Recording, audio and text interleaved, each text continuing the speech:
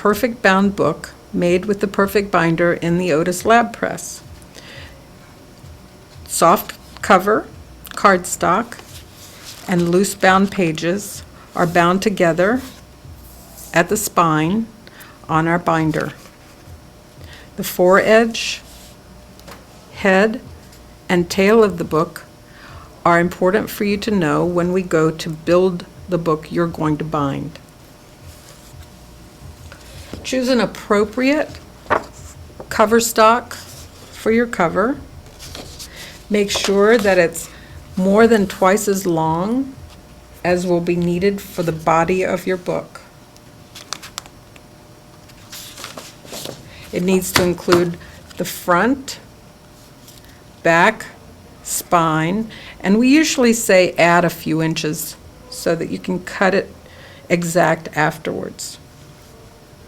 So we knock up the paper to fit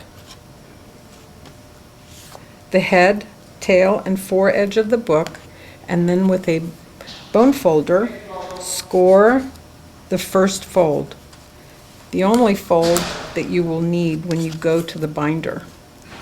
The binder will actually make the spine for you. You just need to do the first fold.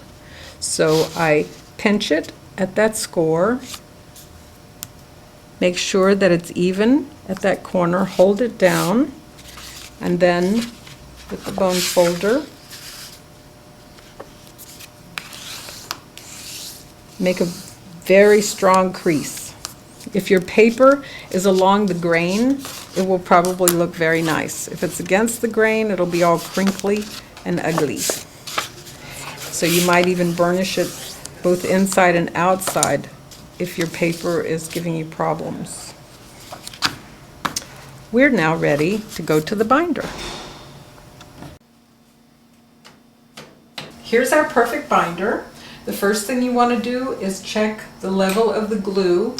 We have a flashlight in the cabinet. Looking in there, you'll see a metal arrow. You want to make sure that the glue is mounted to the level of that arrow. If it isn't, we have glue pellets, so you'll load that until it reaches that arrow and will melt to that level. So you come into the binder with your cover folded at one fold of the spine and the guts of your book. The shorter side of your cover will go in the binder.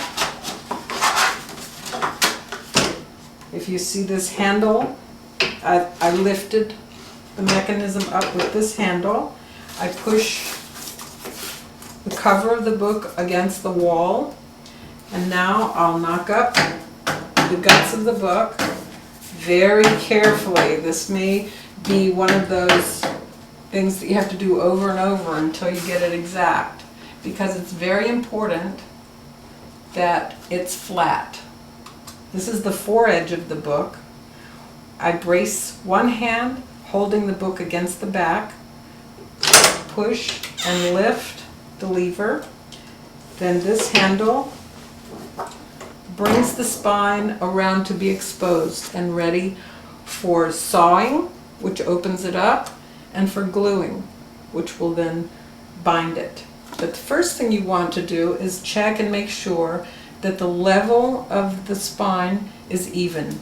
You actually want to put your head down and look at the plane of pages, because you may find some pages shorter or taller. And then on this end, you do the same thing, checking the plane to see that all those pages are exactly the same height. If it isn't, you want to actually begin again until you've locked up the book securely. It is also hitting against this pole. Brace against the back again. Lift the lever. Lift, exposing the spine. I'm going to check again. Oh, nice and flat. I think we'll have a good binding. We're now ready to cut, saw the edges of the spine. It opens it up to accept the glue. The glue pot, as you go across, you're looking to see that you're getting a nice even coverage. Then within 2 seconds, you want to push that over down, and that actually pushes a bar here to tighten it. After a couple of seconds, lift, comes back out. Lift this handle so you can pull the book out and flip it around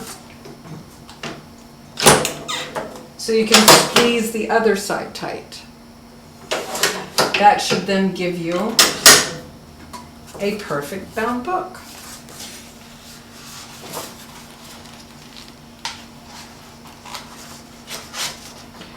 If some of the pages are loose at the edges, it's because not enough glue was put onto the spine or it was uneven. Sometimes we have nearby a credit card or some card in which you can scrape the glue along the spine, making sure that it's going to touch all the pages. Now you can go back to the cutting mat and trim this so that your book is finished. Good luck!